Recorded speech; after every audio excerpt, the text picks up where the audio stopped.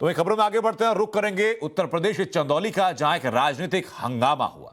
Samajwadi party के कार्यकर्ता Uttar Pradesh police से भिड़ गए। समाजवादी पार्टी के विधायक ने चंदौली में डिप्टी सब एसपी से हाथापाई की। तस्वीरें आप देखिए। तस्वीरों में दिख रहे समाजवादी पार्टी के विधायक प्रभु नारायण सिंह यादव हैं, जो कि डिप्टी एसपी अनिरुद्ध सिंह से भिड़ गए।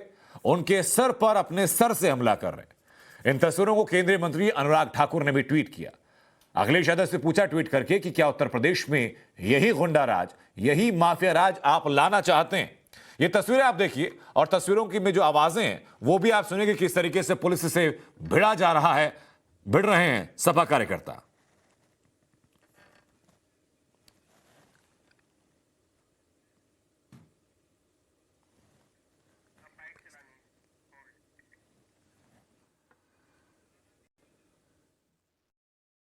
मुख्यमंत्री का आज प्रोग्राम था, सपा के कुछ कार्यकर्ता द्वारा कुछ ज्ञापन देने का वो था। उनसे पूर्व में भी संपर्क किया था, उनके बाद बताया था जो भी इनका ज्ञापन है वो शांतिपूर्वक दे दीजिए। पर इनके द्वारा मूवमेंट की गई और यहाँ से सभा स्थल से हालांकि बहुत दूर थे, लगभग 8-10 किलोमीटर यहाँ सभा स्थल से काफ़ी दूर थे, पास नहीं थे। तो वहाँ पे जब पुलिस ने इनको रोकने की कोशिश करी तो ये इन्होंने धक्का मुक्की करी। उसमें पुलिस की तरफ से भी कुछ कार्रवाई हुई है, तो उसकी जांच करके जो भी उसमें कार्रवाई रहेगी वो की जाएगी। जो भी विधिक कार्रवाई होती है वो करी जाएगी उसके अंदर। मुख्यमंत्री कार्यक्रम में आना चाह रहे हैं, तो क्या इस बात का उन्होंने परमिशन लिया था या नहीं, कोई परमिशन नहीं था, बिल्कुल परमिशन नहीं था। और पूर्व में भी संपर्क किया गया था, उनके द्वारा बताया गया था जो भी आपका ज्ञापन है वो आप शांतिपूर्वक दीजिए। पर उनके द्वारा शांति भंग की गई, तो उसके ऊपर जो कार्रवाई की गई पुलिस के द्वारा उनको रोकने के लिए वो कार्रवाई की गई।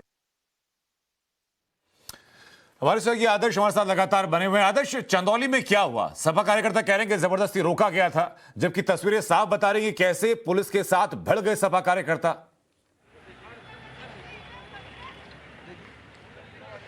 देखिए, आज चंदौली में मुख्यमंत्री योगी आदित्यनाथ का कार्यक्रम था। सकलडीहा जो विधानसभा है वहां पर उनका कार्यक्रम था और इसी बात को लेकर सपा के जो कार्यकर्ता थे वो वहां पर अपना विरोध दर्ज करवाने के लिए पहुंचे हुए थे।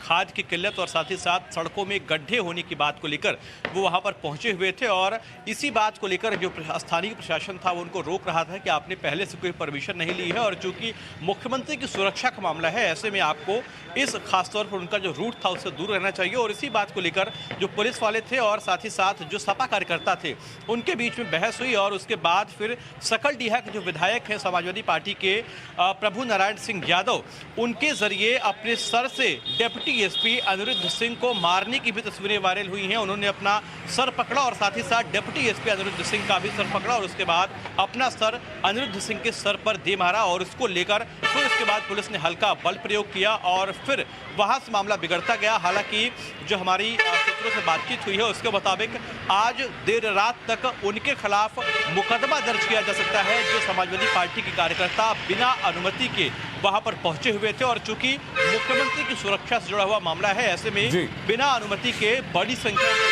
करने को लेकर उनके खिलाफ मामला दर्ज हो सकता है। साथ ही साथ पुलिस के साथ बदसलूकी कर रहे हैं और साथ ही साथ जो उनका काम था उसमें रोकने को लेकर मामला दर्ज किया जाए। बिल्कुल आदर्श, मैं वापस लौट रहा हूं, लेकिन अमित हमारे सहयोगी लगातार हमारे साथ बने हुए हैं। अमित, बताइए जरा कि सपा कार्यकाल में समाजवादी पार्टी के जो कार्यकर्ता थे उनके ऊपर अक्सर आरोप लगता था कि प्रशासनिक अधिकारियों के साथ वो बदतमीजी करते हैं।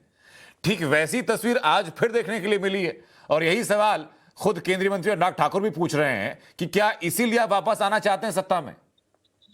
जी देखिए, सवाल पूछी जाएगी। सबसे बड़ी बात की अगर पूरी तस्वीर अगर देखिए तो उसमें पहले तो सपा के जो कार्यकर्ता है वो लड़ते झगड़ते हैं, उनके माथे पर डीएसपी जो है उनके सर को टकराते हैं। और सबसे बड़ी बात कि इसके बावजूद पुलिस कोशिश कर रही है कि कैसे इनको रोका जाए, क्योंकि वो आगे ना बढ़े। बार बार उनसे कहा जा रहा है कि इसके बावजूद भी पुलिस ने बड़ी ही एक तरह से बहुत ही पेशेंस दिखाया इस पूरे मामले में। लेकिन ये जो गुंडाई है, यही एक पहचान जो है, बार बार जो सरकार की तरफ से भी कहा गया है, योगी आदित्यनाथ ने भी कहा है, केंद्रीय मंत्री अनुराग ठाकुर जो कि सह प्रभारी हैं, उन्होंने बकायदा ट्वीट किया कि पिटाई का पर्यायवाची है सफाई। यानी कि जिस तरह की पिटाई की बात होती है, जिस तरह गुंडाराज की बात होती है, और आपको याद हो तो योगी आदित्यनाथ भी यही कह रहे हैं कि जो सुरक्षा है, जो शांति हुई है पूरे उत्तर प्रदेश में, वो फिर से इस तरह से होगा जब सपा की सरकार बनेगी। इसी तरह की गुंडे देखने को मिलेगी। आपको याद होगा जब 2012 में जिस दिन रिजल्ट आया था, उस जगह उसी दिन कई थानों में बकायदा पुलिस वालों को बंद तक कर दिया था समाजवादी पार्टी कार्यकर्ताओं ने जश्न मनाते हुए। तो इस तरह की तस्वीरें समाजवादी पार्टी सरकार के समय में दिखी थी और यही बात आज फिर आ रही है कि चंदौली में मुख्यमंत्री के कार्यक्रम में कई बार ऐसी बात होती है कि आप कुछ ज्ञापन देने की कोशिश करते हैं, लेकिन इस तरह से नहीं होता है कि आप पुलिस के साथ हाथापाई करेंगे और उनको चोट पहुंचाने की कोशिश करेंगे। तो ये दिखता है कि किस तरह से जी समाजवादी अमित, पार्टी मैं की जो वापस आपके पास लौट रहा हूं। सपा विधायक जो प्रभु नारायण सिंह है वो हमारे साथ फोन लाइन के जरिए जुड़ चुके हैं। विधायक जी बताइए जरा कि पुलिस के साथ ये धक्का मुक्की क्यों की गई? ऐसा है कि आज हम लोग जा रहे थे, मुख्यमंत्री जी आ रहे थे, उनको ज्ञापन देना था किसानों के सवाल पे। खाद, बीज, चिट्टा भरा, पशु, बिजली, तमाम समस्याओं सड़क को लेकर 3 दिन पहले हम लोग एसडीएम ज्ञापन दिया था, उन्होंने सुना नहीं, तो हम लोग कहा खुद के अधिकारी नहीं सुन रहे हैं जी। तो अचानक लड़के चल रहे थे, पार्टी के लोग थे, तब से ये डिप्टी एसपी आया, तुरंत लाठी चार्ज करने का काम शुरू किया। हाँ सीधे। अब उसके बाद हम लोग गए तो विचार किए, वहाँ लगा बदतमीजी हमलों से भी बात करने, उल्टा सीधा चुनाव लड़ना है कि नहीं देख लेंगे, इस तरह से अंध बंद बोलना। हाँ और हम देख लेंगे, किसी को नहीं छोड़ेंगे, हम लोग लाठी चलाना चाहते, चलाओ गए लो। हाँ नहीं लोग खड़े हैं। विधायक जी दरअसल जो तस्वीरें सामने है ना, उसमें पुलिस लाठी चलाते नहीं दिख रही है। उसमें दिख ये रहा है कि डिप्टी एसपी को आपने गर्दन से पकड़ा और उनके सर को अपनी तरफ लाते हुए उनके सर पे अपने सर से आपने हमला किया। पुलिस लाठी चलाई, 8-10 लोग घायल हुए। ये हमारे पास वीडियो दिखा देते, वो खुद चला रहा है। वो डिप्टी एसपी खुद चला रहा है। हाँ नहीं तो मुझे बताइए ना कि अगर आपको कहीं जाने से रोक रही है पुलिस, प्रोटोकॉल के तहत मुख्यमंत्री वहां पर हैं, तो क्या पुलिस के ऊपर हमलावर होंगे आप? नहीं तो हम क्यों हमला हो रहा? पुलिस तो बाहर नहीं जाती, हम लोग तो वहीं खड़े तो बैठे थे। हाँ कहाँ बैठे हैं? आपके जितने समर्थक हैं सर, वो पीछे से वीडियो बना रहे हैं, आप पुलिस के ऊपर चिल्ला रहे हैं, वो आपका समर्थन कर रहे हैं चिल्ला करके। कौन? आपके जितने समर्थक आपके पीछे जो खड़े हुए हैं लोग, मुझे इसमें दिखाई पड़ रहे हैं वीडियो के अंदर, वो आपका उत्साहवर्धन कर रहे हैं और आप पुलिस के ऊपर चिल्ला रहे हैं, उनकी गर्दन को पकड़ के उनके सर में अपना सर पटक रहे हैं आप। नहीं, पुलिस लाठी चलाई है, देखे कि नहीं देखे? बताइए ना मुझे, कहाँ है सर? और पुलिस अगर व्यवस्था को कायम रखने के लिए आपको रोक रही है, अगर आप व्यवस्था कायम करने के लिए रुक जाएंगे तो फिर पुलिस को लाठीचार्ज की जरूरत क्यों पड़ेगी? हम लोग रुक जाए, पुलिस ने रोका, हम लोग लाठी मारना शुरू कर देंगे।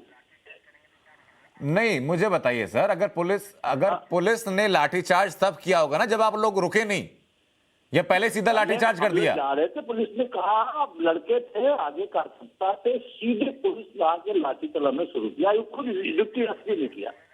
विधायक जी, पुलिस का आधिकारिक बयान ये है कि जब सपा कार्यकर्ताओं को और आपके समर्थकों को रोका गया, आप लोग रुके नहीं तो जबरन रोकने की कोशिश की गई, उसके बाद वहां पर तब कार्रवाई की गई। लाठी मारे गए। हाँ जबरन का तरीका लाठी से नहीं होता, सारी तो अपने मन से पुलिस लाठी चलाई गई। मुझे बताइए प्रभु नारायण जी, मुझे बताइए जरा कि अगर पुलिस लाठीचार्ज पहले कर चुकी होती तो आपके आसपास जो 50 लोगों की भीड़ खड़ी हुई है, ये खड़ी रहती क्या उस टाइम वहां पर? अच्छा, आप कैसे विश्वास करो? अरे मुझे बताइए ना सर, अगर आपके पुलिस पर हमला करने से पहले अगर पुलिस लाठीचार्ज कर चुकी होती तो आपके जो पीछे 50 लोग खड़े हुए खड़े होते क्या? हम यही करेंगे।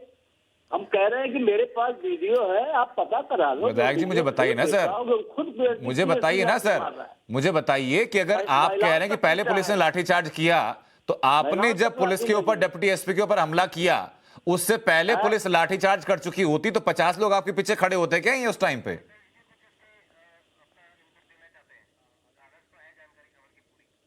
बताइए सर, बोल नहीं रहे। मेरे से कि आदर्श कुछ कहना चाह रहे हैं इसी वक्त। आदर्श बताइए जरा, क्या कहना चाह रहे हैं आप? मेरा प्रभु नारायण सिंह यादव से एक सवाल था कि अगर आप पुलिस को समझाने या रोकने की कोशिश कर रहे थे तो आपको पुलिस के सर पर, उनके गिरबान पर हाथ डालने की जरूरत क्यों पड़ी? आपने उनका सर पकड़कर, वीडियो में साफ तौर पर दिख रहा है कि आप उनका सर पकड़कर अपने सर से पटक रहे हैं, पीट रहे हैं। यही सवाल है जिसका जवाब चाहिए। आदर्श, मैं माफ कीजिएगा, मैं रोक रहा हूं आपको। हमारे साथ बीजेपी से राकेश त्रिपाठी जुड़ चुके हैं। त्रिपाठी जी, कैसे जस्टिफाई करेंगे समाजवादी पार्टी के लोग इस एक्शन को? क्या पुलिस का रोका जाना पुलिस की गलती होती है? क्या पुलिस के ऊपर हमलावर हो जाइए? देखिए, जैसे जैसे चुनाव नजदीक आता जा रहा है, समाजवादी पार्टी के नेताओं की हताशा आक्रोश में, हिंसा में बदल रही है।